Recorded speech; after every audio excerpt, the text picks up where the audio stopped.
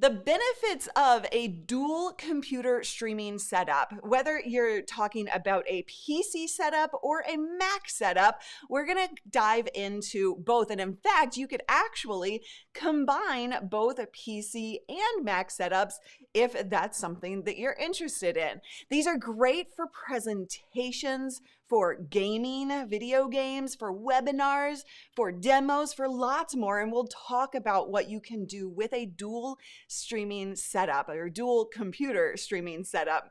And we'll talk about why you would want to, and I'll also show you exactly what you need to be able to do so. So let's dive in. So you'll actually see that I am actually using this setup right now. This is a presentation, a keynote presentation that is coming into my stream from a completely separate computer than what is streaming out right now. So I have two computers, a laptop and an iMac that are running this entire presentation. So I'll show you how we actually do that. But let's talk about why you would want to in the first place. Why would you want to add extra gear into your studio setup if you don't have to?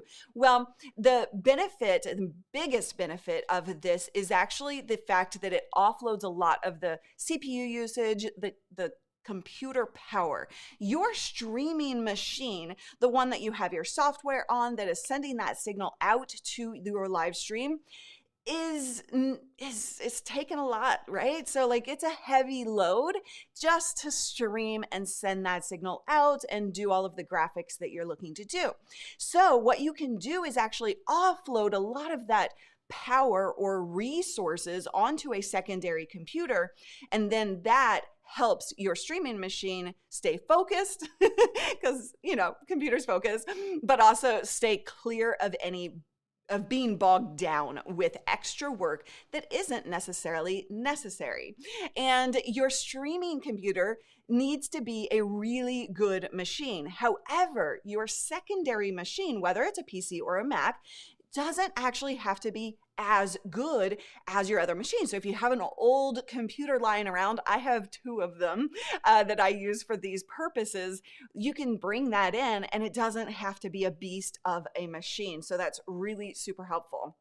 So some things that you can actually do with this are presentations like you just saw me do, like a keynote presentation. Let's say you're going on to Zoom to do a speech or a presentation for your company or whatever the case may be. You could do this, bring your entire production into Zoom and wow everybody on Zoom, right? Get rid of that Zoom fatigue. You could use this for gaming. So if you want to play a game, really super helpful, especially since gaming and streaming are two of the most resource intensive types of activities you can do on a computer. Separating the two and not letting them play together is actually really beneficial. You could also demo. Let's say you're doing a demo of any kind, but even let's say we're talking about combining a PC and Mac, right? Let's say you want to demo an operating system that is a different one than you're streaming on, or you could do a demo of any kind that you can think of on that secondary machine. So what would you need in order to do this? Well, you're looking at a capture card, and I'll show you the one that I recommend.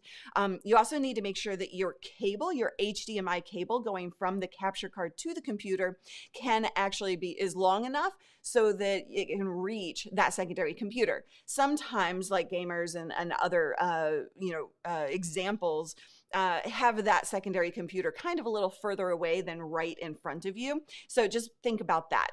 You need an HDMI port on that secondary machine. Or you need an adapter. So me, I'm running an adapter right now, a USB-C to HDMI adapter. And this is my main setup minus that adapter. I've got my iMac, right? That's the streaming machine. That's what's running this whole show. And then I've got my capture card. And if you are not familiar with a capture card, what this does is it converts a signal. So typically we use these capture cards for converting our HDMI signal from our camera to the USB that the software and the computer can read. And most of the time we're talking about it in a camera scenario, but here's the cool thing. It can also be used for other devices like a computer to bring in that as an additional quote unquote camera. And then that's just plugging directly, that's basically the middleman between your second computer and your primary machine. And then if you are into gaming, then you can do the same thing with streaming or game consoles as well. So you have options, a lot of options when it comes to this. Now, I know that you're going to ask, well, what about NDI? Do I have to have a capture card? Could I do it wirelessly? You could. However, I don't prefer NDI as an option just because it's not as reliable as plugging in.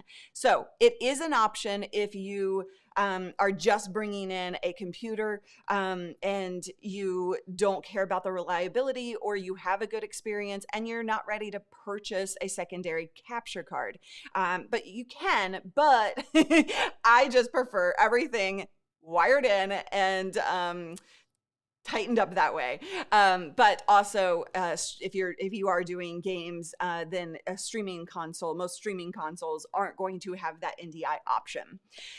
Now, a word of warning is audio. So if you need audio from your secondary machine, you just need to give yourself time to test. I'm not going to go into depth on this video about that just because it is in depth in a lot of different scenarios. You might need something like loopback in order to route that audio correctly, but not necessarily. So you just need to think about that and test ahead of time before you decide, I'm going to go live in 5 minutes, and then your audio is screwed up. Okay, so just a word of warning there. Now, that's it. Like, that is it at its basic, simple setup. Now, what I want to do is actually show you how to build this out in Ecamm Live, the software that I use. Now, keep in mind that this concept is the same across any software that you might be using. And I'm just going to demo it in Ecamm so that you can understand just how to build this out for yourself. So I'm going into demo mode, or I'm going into demo mode now.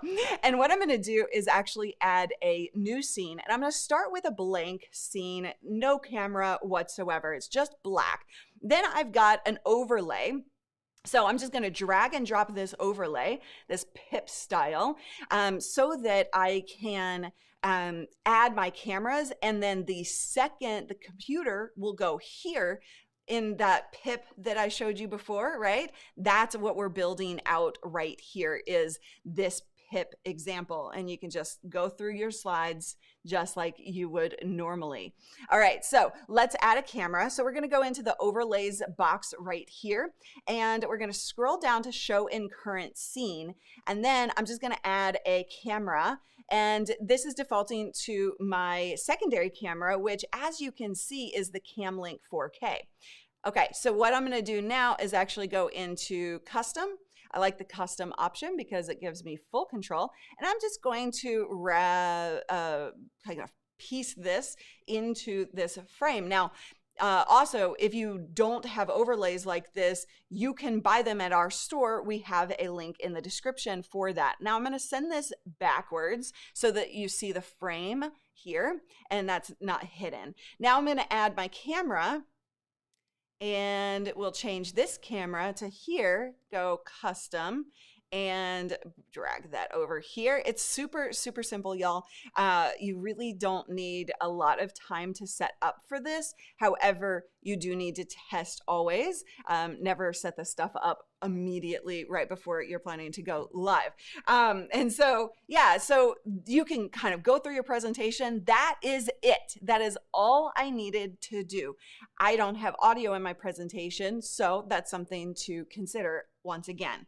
Now, if you're using any other software, you can set that up in a similar format to the process, right? Just consider that process and adapt it for whatever software you're using. But I use Ecamm Live. This is on the Ecamm Live shows or channels, and it's my favorite streaming software. So if you do want graphics and overlays and things like that that you can use and build out for this scenario, you can go right here, livestreampros.com/store. All right, so that is it at its core. I hope this gave you a good overview of how you can use a secondary computer in order to offload resources, gain extra flexibility. Personally speaking, I love having everything separated because then I'm not kind of managing things on that same machine. It just, for me, process and workflow oriented, I love that. So I hope that you'll find a good use out of this. Drop a comment below and let me know what you're going to do with your secondary machine and what secondary machine you're going to use. And I will see you in the next video.